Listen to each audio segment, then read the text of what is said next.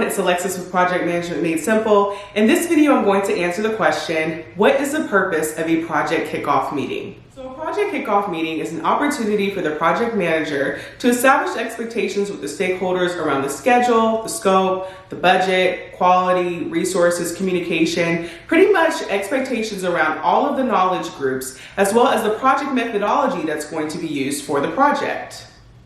There are 7 key elements to a project kickoff meeting. So the first element is going to be providing an overview of the project scope. This is an opportunity for the project manager to provide information on the high-level requirements, as well as in some cases, highlight those things that are not in scope as well. Next is going to be your schedule / your milestones. So having an idea of how long this project is going to take and what are the key milestones that we're going to be tracking to ensure that we actually are on schedule. You could also consider highlighting any assumptions that were made, because with assumptions, there are risks. And so if any assumptions have not been validated, it's very important to make that known to all of your stakeholders so that they can be aware of the possibility of certain risks to the project. Our budget, our cost for the project is also another element that we'll discuss at the kickoff meeting. So highlighting at each of those milestones what the cost is going to be, or if we have a time and materials agreement that we're working towards, if there's any limits on the time and materials. Again, establishing an understanding across the board of what the budget and the total cost is expected to be for the project. Next is your communication plan. At this point, you want to highlight what the expectations are around communication for the project. Are we going to have regular status meetings? Are we going to have demonstrations? How is it that the stakeholders can validate that they're receiving the information that they need? And also highlighting the types of information that will be provided. Naturally, if we're talking to a sponsor, we'll probably give more high-level information to start with, unless they request more detailed information, versus if we're talking to our project team, then they'll want to have a deeper understanding of the tasks that they need to execute.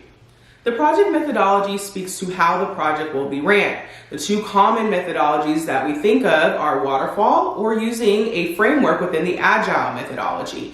And so establishing those expectations is also very important, because if we're using a waterfall methodology versus an Agile methodology, those are 2 very different ways in how the team will be working and how they'll be giving status and how they'll be operating. So it's important that the team has an understanding and has an agreement around what the project methodology will be for the particular project. Another element is the project team, roles and responsibilities. So when we're working on projects, it's very common to potentially have team members who, from their day job, their day titles, it may not exactly translate into what they do exactly on a project. And so it's very important that the project manager establishes what are going to be those roles and highlights as well what are going to be the responsibilities that are associated to those roles for the particular project.